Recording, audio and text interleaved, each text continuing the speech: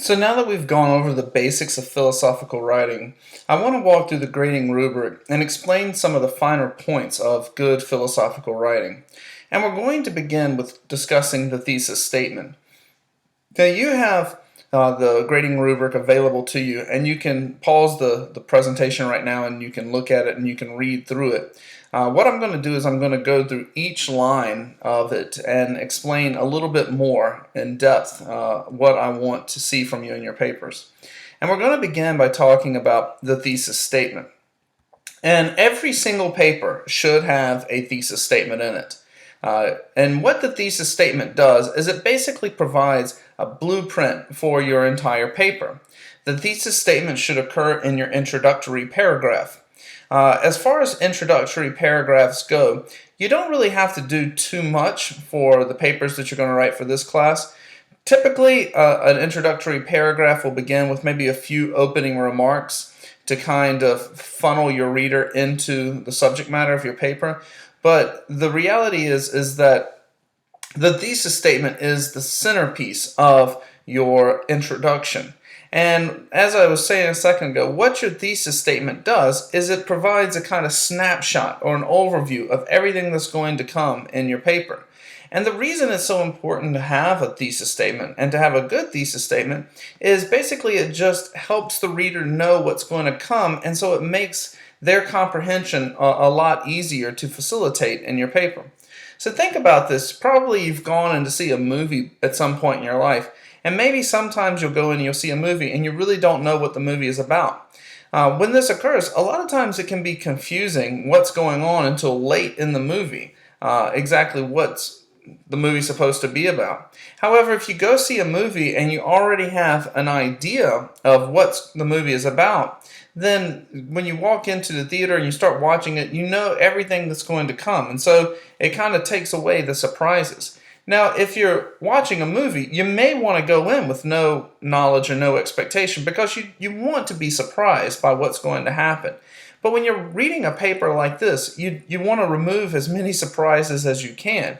You want things to be as transparent from the get-go. And so providing the reader with a clear thesis statement can just aid their understanding and facilitate comprehension. Basically, it just adds to the overall clarity of what's in store for the paper. So when you begin your paper, you're going to start with an introduction. And basically everything in your introduction should lead to or build up to the thesis statement.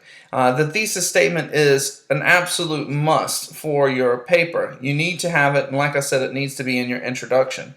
And you need to write a good thesis statement. And for our papers, every thesis statement should accomplish two things, or it should tell the reader two things. Number one, you need to state what position you're going to defend.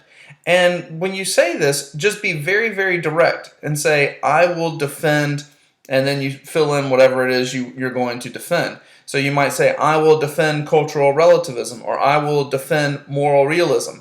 And you can write it just that directly. I will defend this position, and you say what it is.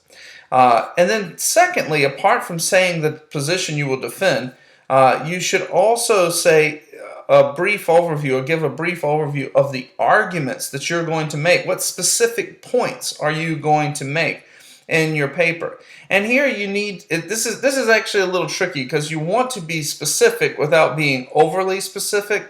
You're not trying to develop your arguments in full in your thesis statement, but you do want to provide some kind of general overview of what's in store for the reader. Now, I want to make a couple of quick points before I move on. And first of all, yes, you can use the word I in your paper. I know sometimes teachers tell you don't use the word I. I don't know why this rule ever evolved, but it makes no sense, to be honest. Just use I. Just say, I will defend this, or I believe this. I think the reason that people, or this is my speculation, the reason that you've been told not to use I is because when you were first learning to write when you were a lot younger, teachers were worried that you would just write papers that said I, and your teachers wanted to avoid that. Also, I guess there's a sense of more formalism when you don't use I, but for our papers, it's perfectly acceptable to use I. Secondly, your thesis statement is not a single sentence necessarily. It's a statement, and a statement can be multiple sentences. So don't think of that you have to cram everything into one little sentence. Your thesis statement can consist of 2, 3, 4 sentences if you want. That's up to you. But your thesis statement does need to tell me or tell the reader what you're going to defend and how you're going to do it, what specific points you're going to make. Now, I want to give you a few examples of bad thesis statements so you can know what to avoid.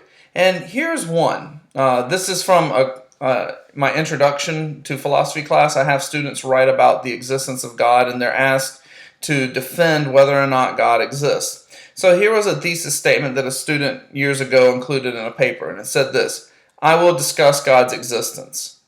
Now, this is not a very good thesis statement, and the reason it's not good is because they don't tell me what they're going to be defending. They don't tell me what position they're going to take. Are you for God's existence or are you against God's existence? So they don't even accomplish nothing that the thesis statement is supposed to accomplish. They also don't tell me what arguments or specific points they're going to make. Remember, again, your thesis statement needs to state the position you're going to take, whether you're for or against, and then say what specific points you're going to make. Here's another thesis statement from a previous paper. In this paper, I will argue against the existence of God. Now, this is a light speed better than the previous statement. This one accomplishes the first thing that it's supposed to accomplish. It tells us what position they're going to defend. And so this is much, much more informative. However, it doesn't say what specific points that they want to make in their paper.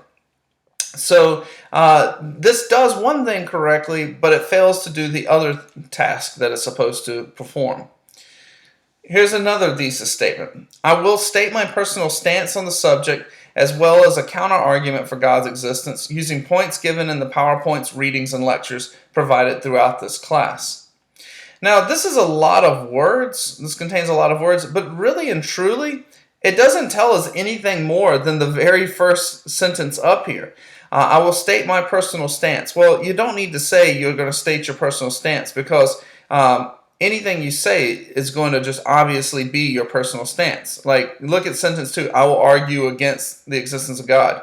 Well, that's their personal stance, so you don't need to tell me that you're going to state your personal stance. So that's just unnecessary information on the subject, as well as give a counter-argument for God's existence. Okay, well, that's actually the assignment. You're supposed to provide your stance and then give counter-arguments against your point of view. So all they're doing there is just basically repeating the assignment back to me.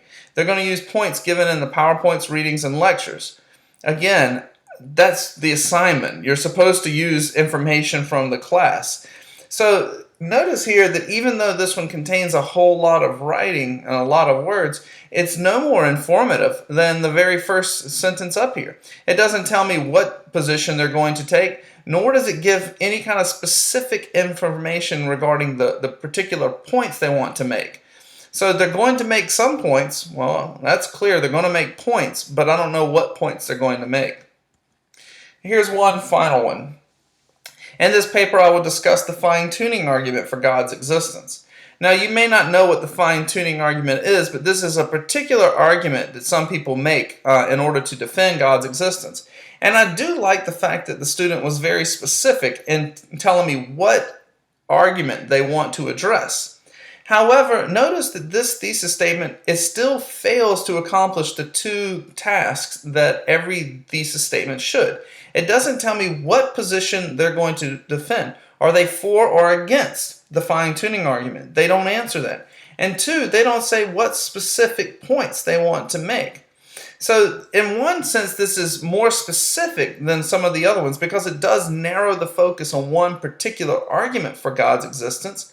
However, it doesn't accomplish what it needs to do. Statement of position, specific points they want to make. So let me give you an example of what I consider a good thesis statement. And here it is. The Kalam cosmological argument attempts to establish the existence of God through the use of Big Bang cosmology. In this paper, I will argue that the Kalam cosmological argument does not provide a successful proof for God's existence. This argument suffers from two main weaknesses. First, it fails to show that the universe began ex nihilo. Second, it fails to show that the creator of the universe must be God. Now, this right here is actually not just a good thesis statement, in my opinion, but it's a good introduction for your paper. In fact, this is all, if you were writing this paper right here, this is all you would need to have in your introduction.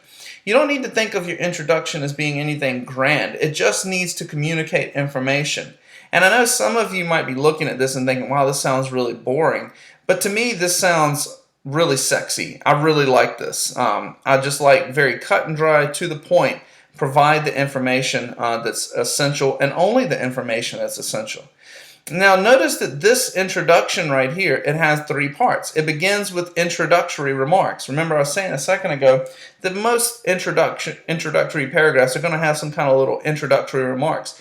And really and truly the purpose of these introductory remarks is just to lead and build the reader a bridge to get to the thesis statement.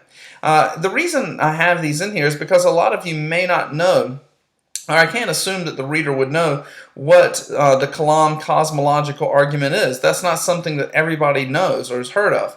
And so what I do is I begin my introduction by just providing a brief definition. Now, it's not 100% thorough. It doesn't provide you great level of information or specificity, but that's going to come later in the paper, one can presume. What the introductory remarks do is they provide you, okay, I know that there's this argument that's for God's existence, and it tries to use the Big Bang to establish that. And that's kind of all you should get from the introductory remarks. And then once you provide those, then comes the thesis statement. And here you can see my thesis statement is right here. I have a statement of my position. I will argue that the Kalam cosmological argument does not work. It doesn't provide a successful proof for God's existence. And then once I state what my position is, then I give a brief statement of the specific points that I'm going to make. And you can see right here that I'm going to make two. I'm going to say that it fails to show that the universe began ex nihilo. Now you might not know what that means right now, but you can assume that the person who's writing this paper is going to tell you more specifically what that means later on. But hey, they're going to make this point. And then secondly, they're going to make this point right here, that it fails to show that the creator of the universe must be God. And now notice too that my thesis statement is not a single sentence. In fact, my thesis statement is much longer than my introductory remarks. My thesis statement runs from everything in blue all the way to the bottom of what is in orange right here. All of this is considered my thesis statement. So, as I was saying, don't think of your thesis statement as a single sentence. Rather, think of it as just a general statement. Like sometimes people say, what's our mission statement?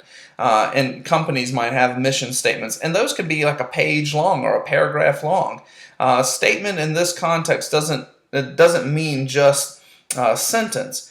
And you're going to be graded. This is going to count for 5% of your paper's total grade, is how good of a thesis statement do you provide. You have to have a thesis statement, and then your thesis statement has to include two parts. It has to include a statement of your position, are you for or against, and then it has to have a brief statement of the particular points you want to make. What arguments, what points are you going to make in your paper?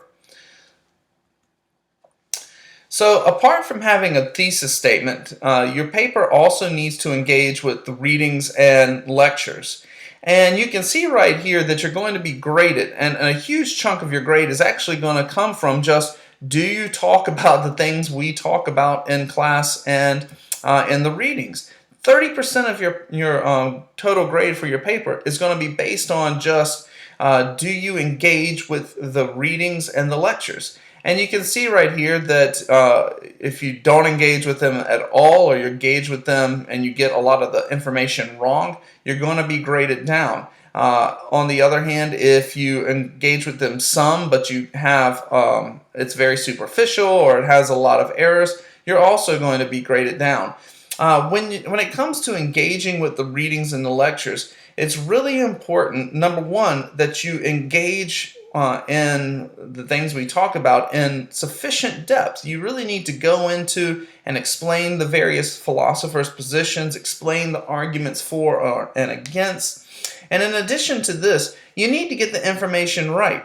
You can't just make stuff up as you go along. It's very interesting to me. A lot of times I'll have students and they'll just start attributing views to the people we discuss in class, and they're not positions that these people held at all. You can't just say, well, James Rachels believes X, Y, and Z if he in fact doesn't, or Ruth Benedict believes A, B, and C when she doesn't. You need to, if you're saying that a philosopher said something, you need to cross-reference that and check with the lectures and the PowerPoints and make sure, oh yeah, this person actually did in fact say this. You can't just make stuff up as you go along when you're explaining what these people said. And so it's really, really important that you spend some time making sure that you do in fact get the information correct, that you explain what these philosophers have said. And when you're explaining the information, you do need to consider who your audience is. Remember, you're writing this paper for someone who is unfamiliar with any of the information we've talked about in class. And so with that in mind, what you're going to need to do is you're going to need to explain any kinds of key distinctions or key arguments. For instance, if you start talking about, let's say, cultural relativism, well, the person you're talking to has never heard of that, so you're going to need to explain what cultural relativism is. And for your paper, you'll probably need to spend at least a paragraph. Just say, this is what cultural relativism is, here's what it denies, here's what it's committed to, here are some examples. And remember, you're talking to someone who's never heard of this. If you talk about James Rachels, you don't need to tell me James Rachels' history. I give you guys some various biographical facts about him. You don't need to include that, but you will need to say, well, James Rachels has argued against this point of view. He's argued against cultural relativism. He's provided these three arguments. Argument number one is this. Argument number two is something else. So you need to go into these sorts of things just so your audience can know.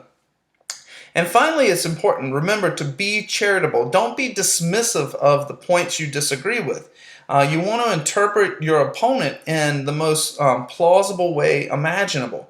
And the reason for this is if you're just very dismissive, if the view you're attributing to them is silly and it's not really you helping them put their best foot forward, it really undermines your credibility as someone who's arguing against them. People can see that. People can say, hey, there's something that you're not telling me here. I can see that you're manipulating their view.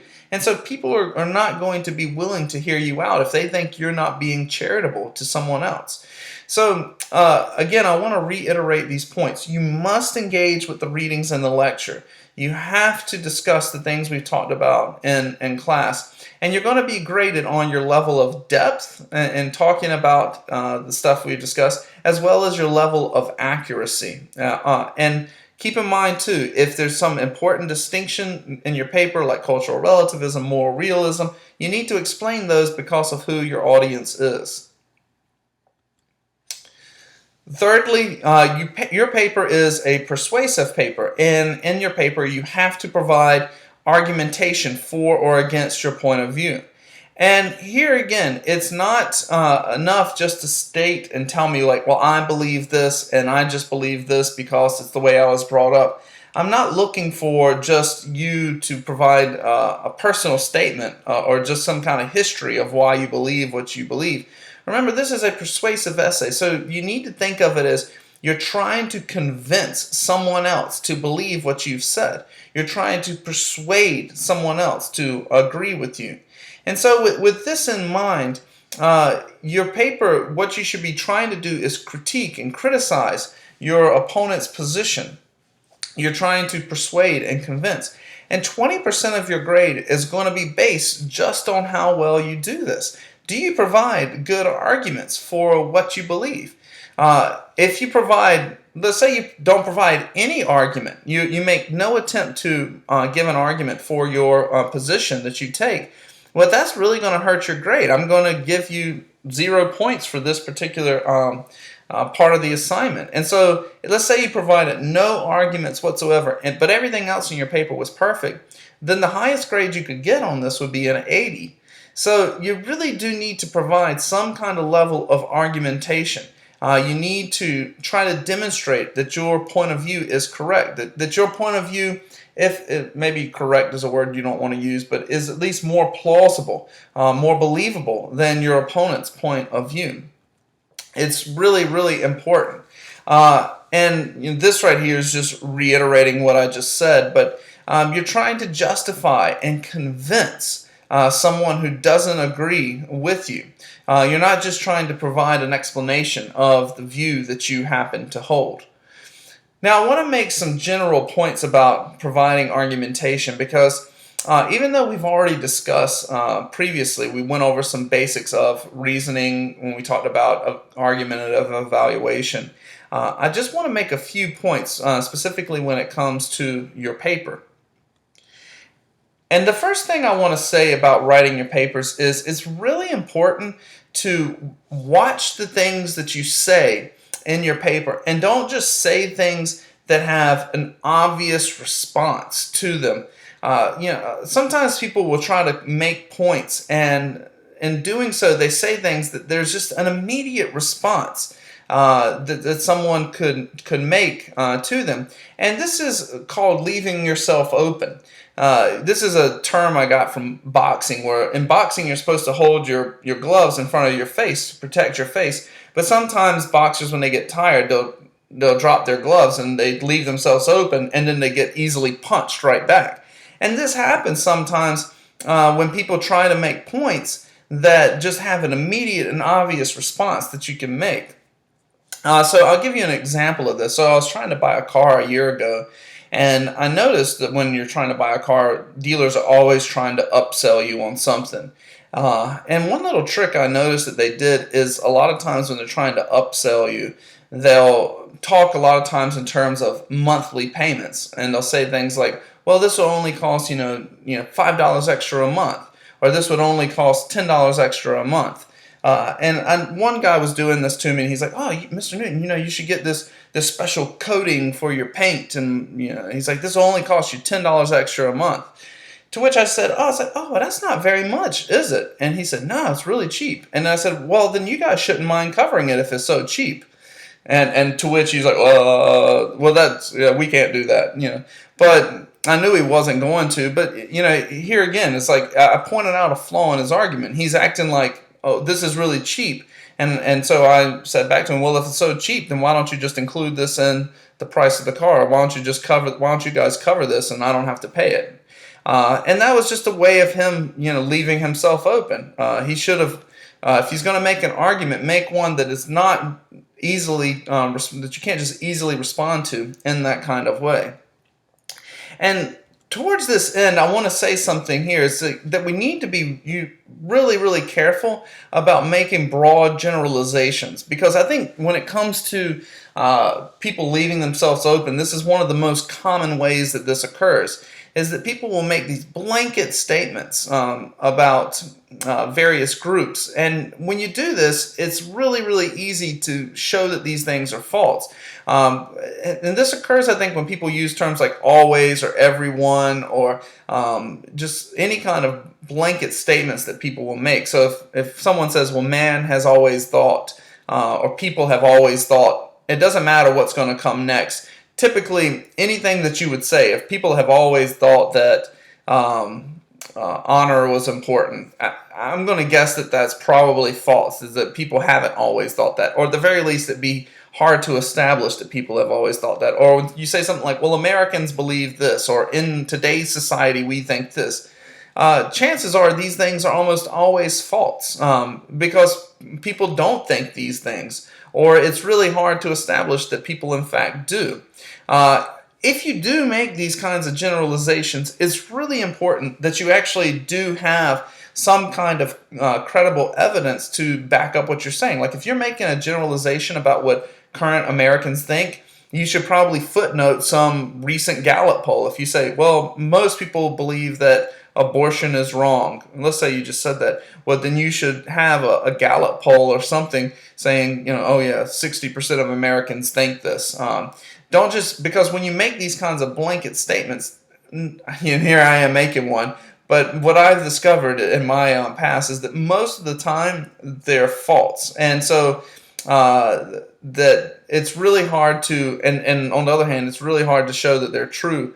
So I'll just really monitor what you say here, because this is a very common way of kind of dropping your gloves and leaving yourself open to get sucker punched.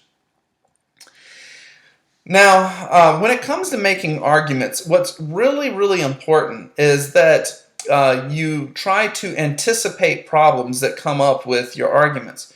No matter how good your paper is, no matter how good your argument is, there's always going to be some way that you could be challenged. There's always going to be some possible problem that emerges with your paper.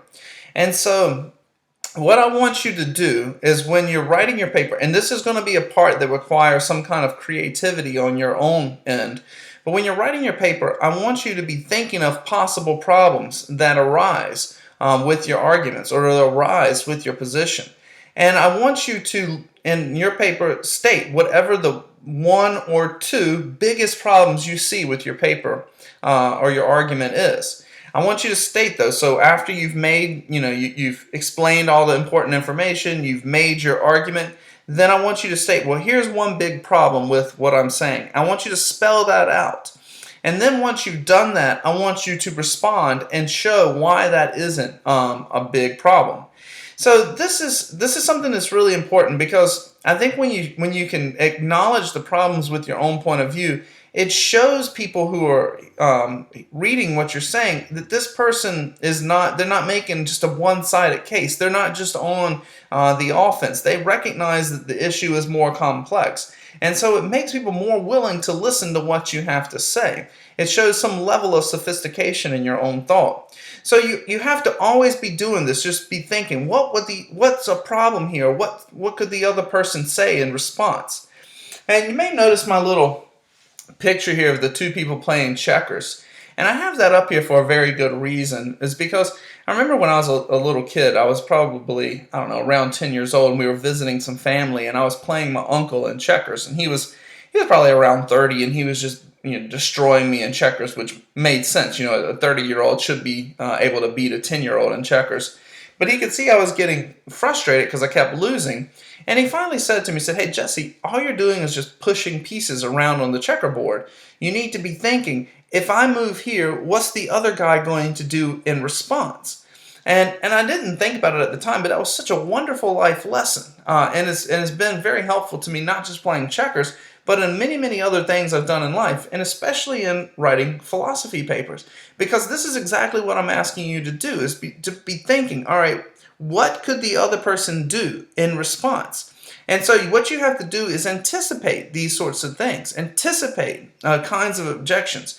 And then in this, what you would do is write out what these are and explain them. You'd probably need to dedicate a few sentences to explaining what the objection is, and then maybe a paragraph or so explaining what your response would be to these potential objections.